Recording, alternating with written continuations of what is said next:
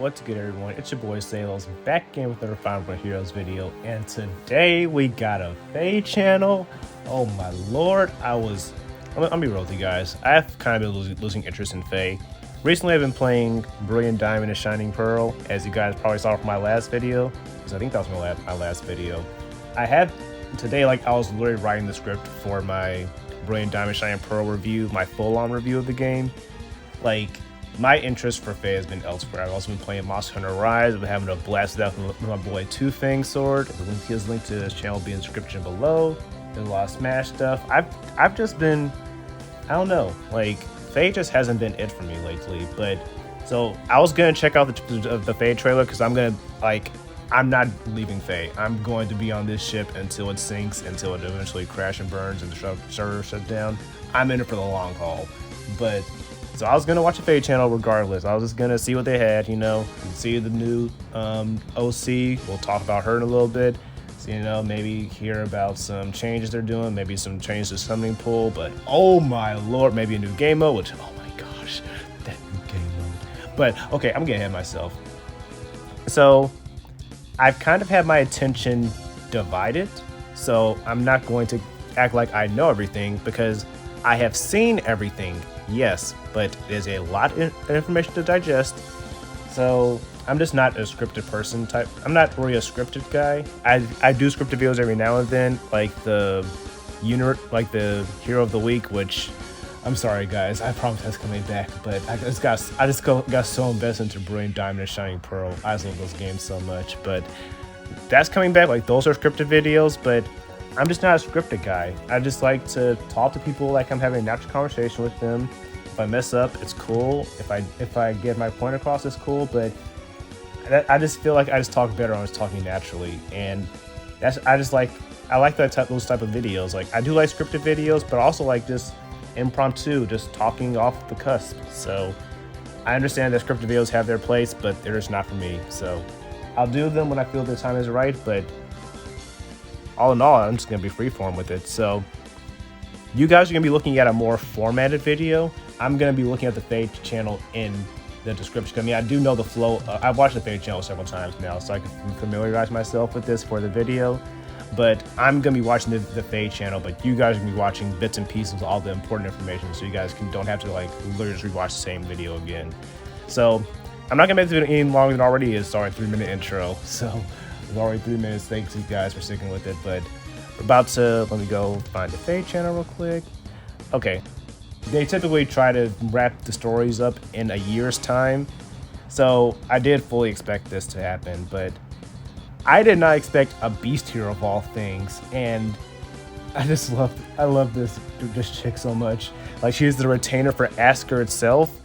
So what I was trying to explain this to my friend who doesn't really play FEH. He's kind of sort of interested in FEH, but he just doesn't want to get involved with it. I've told him to avoid FEH like the plague. Back in book 1, way back in book 1, they explained this concept with Veronica and Bruno and all that, how they have cursed blood, right? And the cursed blood drives them to go mad and insane, and it drives them to fight the forces of Asker, and how basically they're submitting to the wills of Embla. So this is basically that storyline playing out, I feel like this is speculation, by the way, but I feel like this is going to get into that. I feel like Embla is going to be this threat who is trying to conquer all the 9 realms. And they're trying to conquer Asker because Asker has the ability to open gates, and Embla has the power to close gates. So if you conquer the other realm that can open gates, if you can open and close gates as you see fit, no one can really stop you. You can conquer as many realms as you want. Just open the dimension. If they try to get reinforcements in, you just lock those dimensions down, close the gates. So I feel like this is going to be a multiversal level threat, Battle of the Gods. I feel like this story has so much potential because our freaking free unit is the Herald of Asker. What? That is, I was not expecting this to be a god level, literally god level. So that was pretty hype. And I don't want to really talk about the unit herself because we do get to the banner later on in the video. I'll say that. Well, you know what? No, because that's kind of broken up. So let's talk about it right now. She has 41 HP, 39 attack, 27 speed, 41 defense, and 34 resistance. And let me tell you guys a little funny story. I have been like I'm probably gonna do a showcase of all my plus 10 units at the end of the year. I've always said this. I always say go for your favorites and make your favorites work. So everyone said, oh, Freya's so bad. Freya's such a bad unit. Freya's this, Freya's that. I was like, I don't care. I like Freya. She's my favorite villain of the books. I loved her arc. She had a very weird ending. I still don't really understand how she died, but we'll go with it. But I just liked Lady Freya. She was just such an emotional villain, but such a compelling one as well. So I really loved Freya. So I went ahead and built up a plus 10 Freya. Well, I'm going to be summoning at the end of the month because she comes back at the end of the month. All I need are 2 copies of Freya and I'll be good. I really wish she was on that last banner. If it was like Freya, if it was Freya, Thor, and Eitri, oh my god, that would have been an amazing banner. But it's all good. It's all good. It's all good in the hood. But getting on topic again. So let's go on and talk about our new mythic. I'm not on topic because now that Freya is all light, I believe she's light. That's how little I play Astra. I mean, that's how little I play Aether Raids. But yeah, she's a light beast unit, and Ash is a light beast unit. So if I put those two as my core units, or my core light mythics, I can have like a nice little beast build going. And now I just got her refined. That's literally an essay. But I'm kind of excited for Ash to see what she's packing. And she has an HP and speed super banes with attack and defense super boons. And I don't know, the last defensive beast unit I had was New Year's Keaton.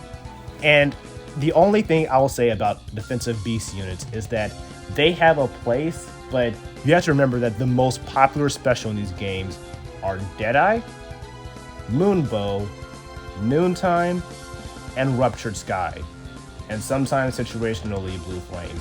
But Ruptured Sky especially, that's a really big one. That's like your fast nuke that a lot of people use to get off burst damage, to push through, like to get like that last little HP they're missing, to use that live on like 7 HP. If you're just trying to go for damage, people always run Ruptured Sky. And that is really bad for a defensive tank. And like for a beast unit to be a defensive cake, I've literally lost like legendary Croms. They do like 3x2 to Keaton, then they prop Ruptured Sky and kill him. It is that bad. Like Ruptured Sky makes you lose matchups that you shouldn't have lost otherwise. At least Keaton has the advantage of having a good color like green that can tank a lot of like legendary Croms and whatnot. But Ash here is colorless, so Ruptured Sky, she's getting hit by. This is like the one time I feel like colorless is not a good defensive typing, because you have no specialist niche, and Ruptured Sky is going to always destroy you. Like I said, plus 10 legendary Croms are able to shred through my plus 10 New Year's Keaton, which is what I gave a defense super boon. So it's not super boon, it's just regular boon. But anyway, the point is that and Keaton stacks his defenses like really high. So let's just get into her weapon. Horn of Opening. Accelerates crit special trigger -1. It's always good. If the unit is in 3 spaces of an ally, grants attack +6 to unit during combat and inflicts -6 attack during the combat. Okay, we've got some nice legendary Crom action going on. That's pretty cool. Grants the following effects based on the number of units in the spaces. If it's greater than or equal to 2 spaces, unit makes a guaranteed follow-up attack. If it's greater than or equal to 3 spaces, foe cannot make a follow-up attack. So, what's her speed here again? Because I'm going to her speed because that can be good, but only if she has enough speed to deny follow-ups, because that can get very easily shut down by no follow-up. And she has 27 speed, so 27 speed isn't the worst thing in the world, especially now that Cavs have access to attack speed catch. That basically can get you to like +9 speed. So realistically, her speed can be about 36. And if you add on like other buffs and whatnot, she could very easily get like mid-40s. So I feel like she could work. I feel like that's enough to make that no follow-up be annoying enough to get like the real min-maxed heroes like like Brave Edelgard or stuff like that.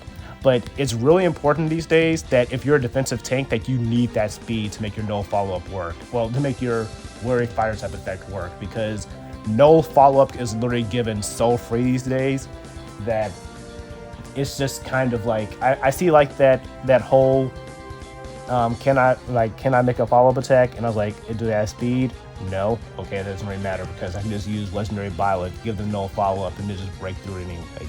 It's like gotten that bad, or like so many people just have it in their base kits, so that's why it's just whatever to me. But I feel like Ash here can make use of it, especially if you plan to plus 10 her, then that'll get like her up to like easily like 35 speed.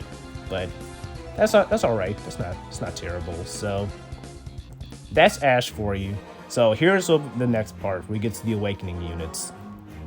And the first one is Priam, who is a sword infantry. And I have a lot of friends who have been waiting a long time for this guy to get in. I know that he's the descendant of Ike, and that was like so cool to people to see that in Awakening. Fun fact, I haven't played Awakening, but I know the story of Awakening, if that makes any sense. So if I sound really by the book and I just feel like I'm just reading off stats and buy abilities and whatnot, that's why, because I have no attachment to Awakening characters. Like, I've seen the story and I've watched Phoenix Master 1's playthrough of it, so I know what happens in Awakening, but I don't have that personal connection to these characters because I haven't really looked at all their supports, and I haven't really had those bonding moments on the battlefield where your unit like pulls through or gets like really RNG blessed and they just carry you throughout the entire game. You guys know the things that make you love Fire Emblem characters. I don't have that attachment to Awakening characters. So it's really just about how good their stats are, how good their abilities are, if I even like them or whatnot. But it is what it is. So Priam here, I believe I have his stats all pulled up as well. He should be the first one. Yep. So he has ancient, well, yeah, before I even get to his skills, let's go ahead and talk about his stats first. So Priam is a 182 BST unit with attacking speed super boons and HP res super banes. His stats are 40 HP, 41 attack, 40 speed, 35 defense, and 26 resistance. Very, very well-rounded. He reminds me a lot of Roy back in the day, because Roy back in the day was a very well-rounded hero, and I feel like this is a really well-rounded hero. He's more offensively focused, because I feel like he does have a good attack speed combination going on for him, but he does remind me of a very balanced hero. So let's go ahead and look at his Ancient Ragnall. It grants defense +3, unit can counterattack regardless of range, yada yada yada. At the start of combat, if unit's HP is greater than or equal to 50%, or if bonus active on unit, afflicts attacks defense -6 to unit during combat. Which, I mean, fair enough. Yeah, Soul is a special, kind of, I guess you can't really give him Aether because I don't know why you couldn't give him Aether. But attack defense ideal 4, not bad at all, no follow-up. And Rouse speed defense 4, they're really going in with these Rouse skills. So that's really good on him because it basically guarantees that his weapon will always be active. And these tier 4 Rouse skills, I always have like Rouse skills, but now that they have like that self-null panic effect on them, I feel like the buff meta is about to come back into full swing. Like, if they really go in on these weapons that get extra effects if they have a buff on them, I feel like these skills are going to come back in full effect. But that's just how I feel about it. Going on, because I mean, he is cool, I guess, but he's just another sword infantry unit, and I feel like we have a ton of those these days. But pop off, I know people are waiting for Priam, but that's just how I feel about him. Moving on, we have Basilio, who is, I've never really knew too much about this guy, but I've always loved his design. I thought he was always really cool. So I believe he is the D mode of this banner. So if he is, I'm actually build him up, depending on his stats, because it's my first time looking at stats as well. So he has 40 HP. Whoa, okay. 43 attack, 33 speed, 36 defense, and 21 res. I might actually be building him up. What's his BST? Basilio is 181 BST with a plus attack super boon. So he can hit 185. Wow. Is he an armor unit? No, he's infantry. Wow. Okay. Okay, Basilio, I see you. I might actually be building up with Basilio. Wow. Was not expecting that. For his weapon, he has Spirited Axe, which is basically just has like the spirited weapons. Like we have Spirited Spear, now we have Spirited Axe. I guess because Spirited Sword eventually. Attack defense bond, attack dick, yeah, whatever. Nothing really too drastic for the summoning pool, but that's okay. What's really important here are his stats, because those stats, man, those stats are something else. Those are chef's kiss. And if you can like give him plus speed 36 and then give him to 40, give him attack speed ideal, give him to 47 speed, put some buffs, 50 attack, get some mythic blessings on him, get to 60. Basilio can get very, very, very fast, very quickly. Like 33 speed, that may not look like a lot on paper, but that can get you places. And that makes me really excited, because then you can couple that with his beefy defense stat, 36 defense. So I mean, it's not really that high, all things considered. But pair that with some damage reduction and his meaty HP stat, freaking 48 HP. Are you kidding me? There are like so many good axes you can run. You could have Pelagian Axe. You have his base axe isn't bad either. Spirited Axe. He has so many good options. Oh my gosh, this guy makes me so excited to build this guy. If I can get 10 of him. Because I have been getting pretty lucky with Baltus. Because I did want to build up Baltus, because I do like Baltus as a character. So, and like I said, with the whole Keaton situation, I know I have a plus 10 Keaton, but that Ruptured Sky issue is a real issue. I wasn't just trying to rain on Ash's Parade. That is a real problem that I run into in Arena when I try to tank with Keaton. So I've been trying to build up Baltus because he's a human, and Ruptured Sky won't really phase much as it will Keaton. So that's a real thing, but I think I have like plus 4, plus 5 now, but I would easily start over for Basilios because he looks very good. And Baltus, he's actually, now we won't do the stat comparison, but Baltus, I feel like he might still have a place. You know, screw it. Let me go ahead and pull up Baltus real quick. So Baltus is a 185 BST unit with an attack super boon, speed super boon. Yeah, just attack and speed super boons. Wow, okay.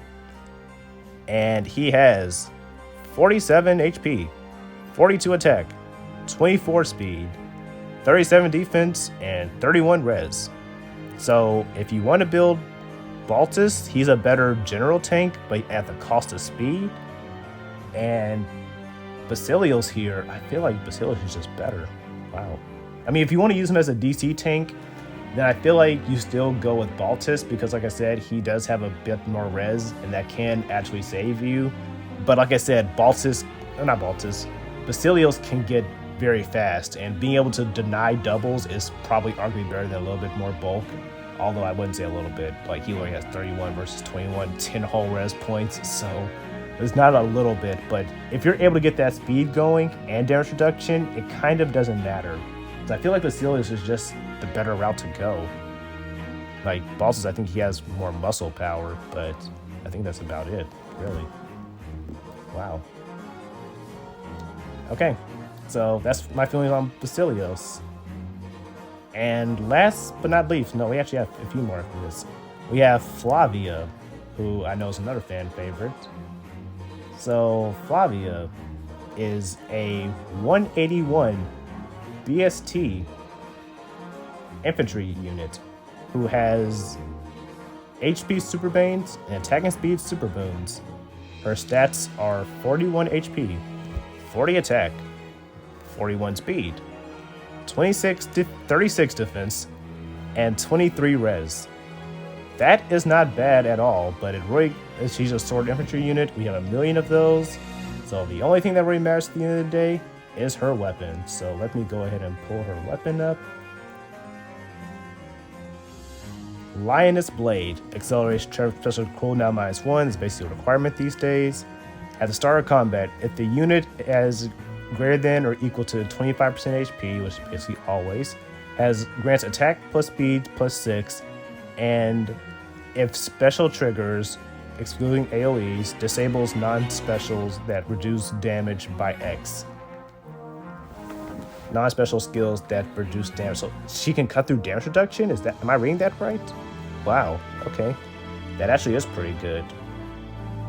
Yeah, that's really good, actually. So that means that she doesn't care about damage reduction. Wow, I'm not sure if that's enough to carry her, maybe. But I feel like if you struggle with damage reduction, then wow, that's a pretty good weapon. At the start of combat, if the unit's HP is greater than or equal to 25 HP, or if if foe's HP is greater than or equal to 75% HP, special cooldown charge +1, and she has fast specials. Wow. So that is okay. Okay, I feel like this unit actually has some great solid potential. I feel like she could be like Catherine 2.0 if you give her desperation, because yeah, she could have like guaranteed moonbows not guaranteed moonbows. Yeah, moonbows, guaranteed ruptured skies. She could be a really good damage bruiser if you give her just desperation, or if you want to be a little more risky, if you want to give her frenzy. But you have to be careful with frenzy because frenzy has desperation too, so it's a lot easier to fall out of the range of her weapon.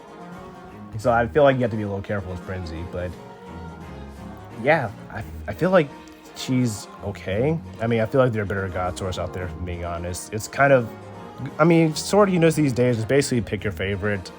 But I mean, we have units like Ryoma, who has null follow-up and damage reduction in his weapon. We have Byleth, who has null follow-up in her weapon, no guards. So it's kind of whatever. You just kind of use your favorite at this point, because if you have one, you realistically have them all.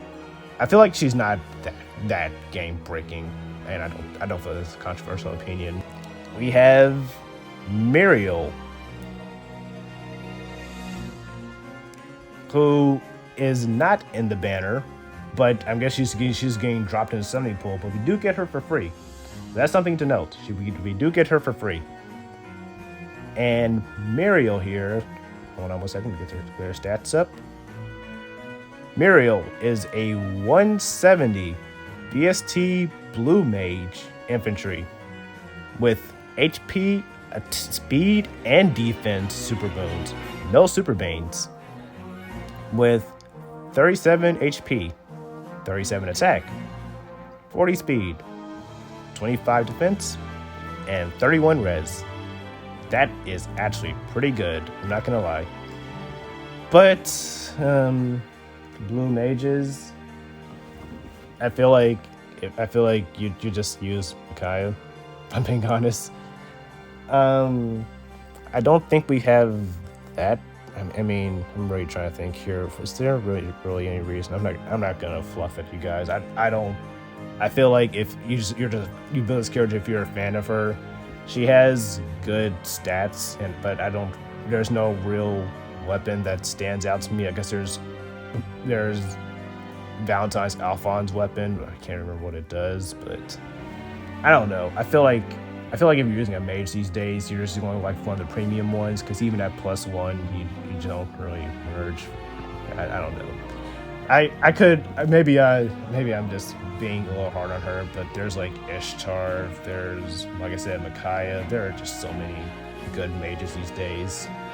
I don't see why you use her. Okay, moving on. I'm sorry, like I said, I have no attachment to these characters, but what I should be talking about are her demotes. She has attack and speed ideal 3.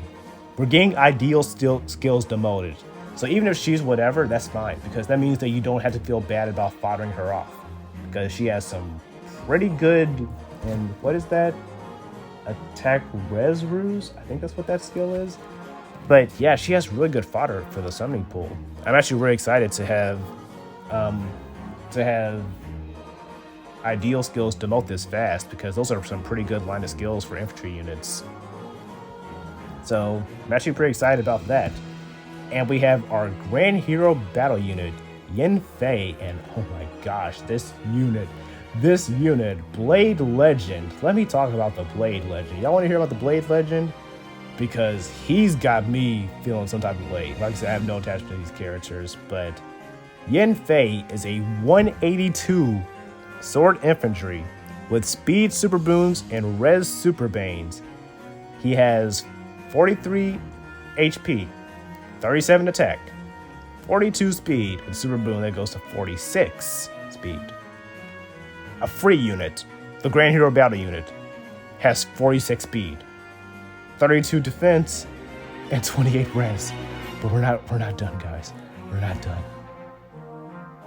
He has Kestrel Stance 2 at 5 stars. Finally took forever for Kestrel Stance to demote. I guess it was so OP, right? Threatened Attack and Defense 2 at 4 stars. And Carnage Amaterasu? Whatever. Grants attacks plus speed. Unit can counterattack regardless of foe's range. They're finally giving us another free distant counter user. We haven't had that since Xander and Camus back in book 1. I don't know why it's taking us so long to give us another free DC. No, since Fjorm, my bad. Fjorm was the last DC freebie, but whatever. If unit is not adjacent to an ally, and if unit speed is greater than the foe's speed, reduces damage from attacks during combat from AoEs by percent of between difference, which is 40%. He basically has damage reduction if he's alone. Like, this is like he just spreads his legs open and takes a massive dump on freaking Nemesis. And I love Nemesis. I still buy Nemesis. I have a plus 10 Nemesis. I love my Nemesis because in AR defense, people just sleep on him because Nemesis can get really bulky. And if Spring Mirror hasn't taught you anything, or Fallen Edelgard, flat damage reduction is stupid. It is so stupid. Like, my Nemesis has taken so many hits that he should have not lived. And he has just soloed so many teams because some people just sleep on flat damage reduction. So if you are able to match his speed or outspeed him, then I feel like he's not going to be as good. But damage reduction in the weapon, that means that it can stack. You could stack the damage reduction. I know people don't like to do that or recommend it. I don't recommend it either, because I feel like it's only going to get like 60% damage reduction or something like that, because damage reduction is multiplicative, not additive. So you have to be a little careful with that. But oh my gosh, the potential with that.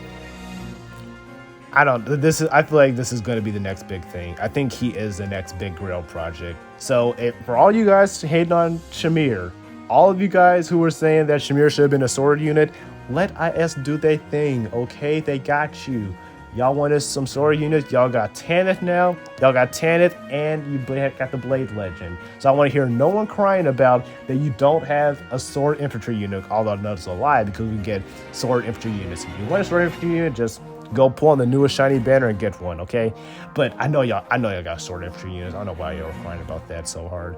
But we got one more thing to talk about, and this one really excites me. Summoner duels.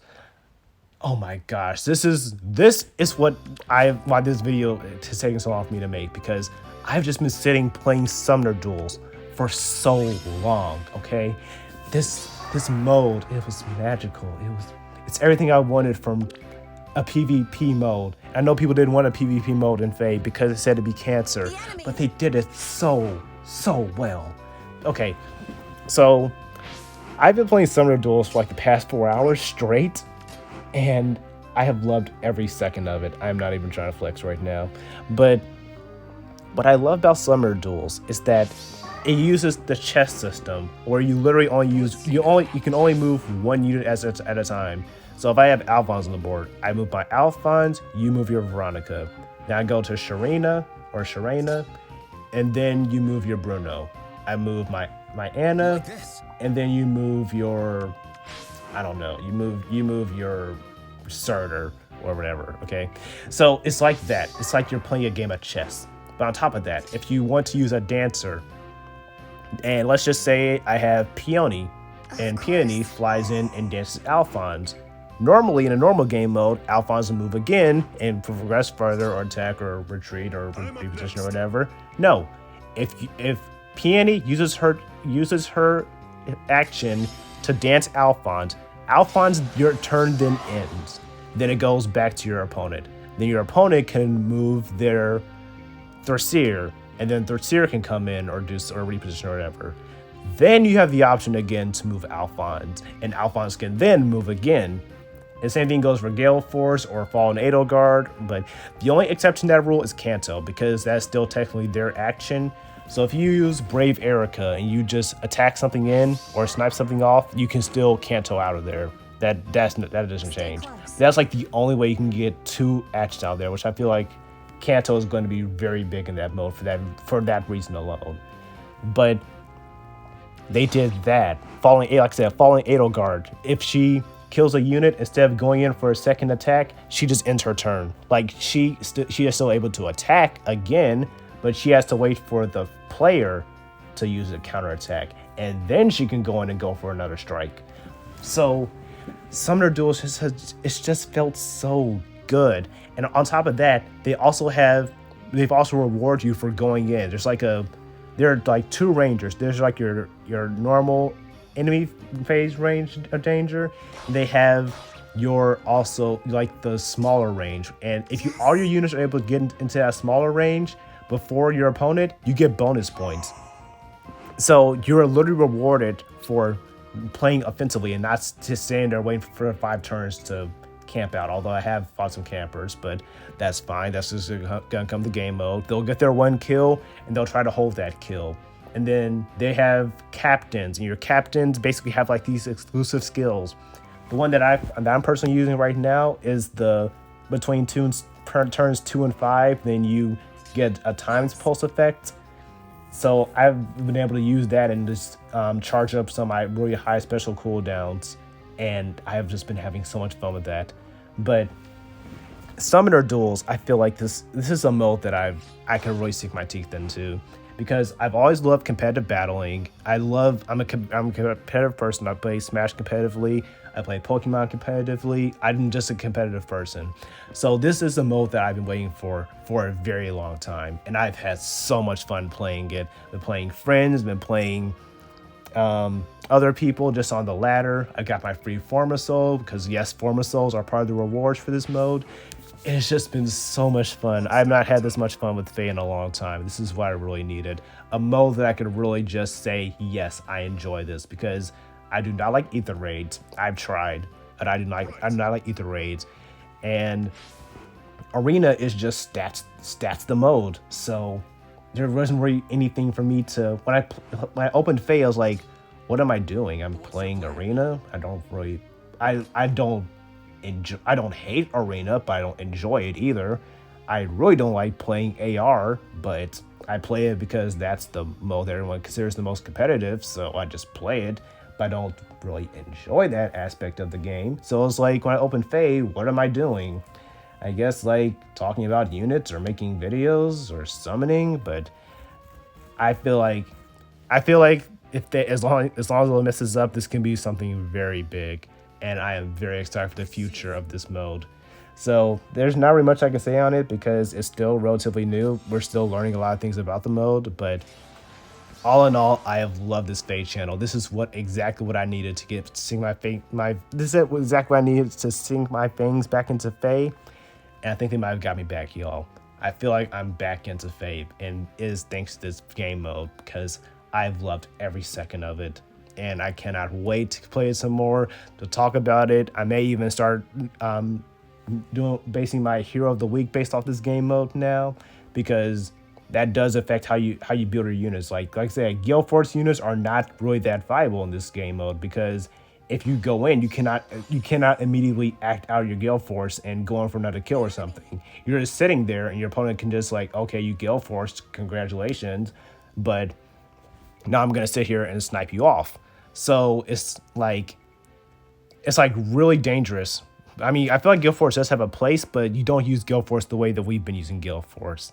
So that does affect how you build units. I feel like damage specials are back in. I haven't really seen damage specials in a very long time. It's either healing specials or Gale Force. So I feel like this is a great way to bring back damage dealing specials back in the meta, like your bonfires, your draconic auras, your Ruptured Skies. So I know many people do use that for scoring, but that's about it. But yeah, all in all, I have loved this Fate channel, and this is exactly what I needed. I am very excited for Book 6, Battle of the Gods. I'm excited for this new game mode. The new heroes are great. The new freebie unit is amazing. I already have a plus 10 Byleth and a plus 10 Legendary Ryoma, but I still might be building him up. I'm hyped, y'all. But enough about me. Let me guys know what you guys thought about this Fate channel, because this is like a 40-minute video at this point. It is so long. But yeah, thank you guys so much for sticking with it. I can't wait to make more content on this, you guys. And I believe the next video you guys will see from me is a Brilliant Diamond and Shining Pearl review. So look forward to that. But I will be back with more Fate videos. But until then, stay awesome, you guys. And I'll catch you guys in the next video. Until then, deuces.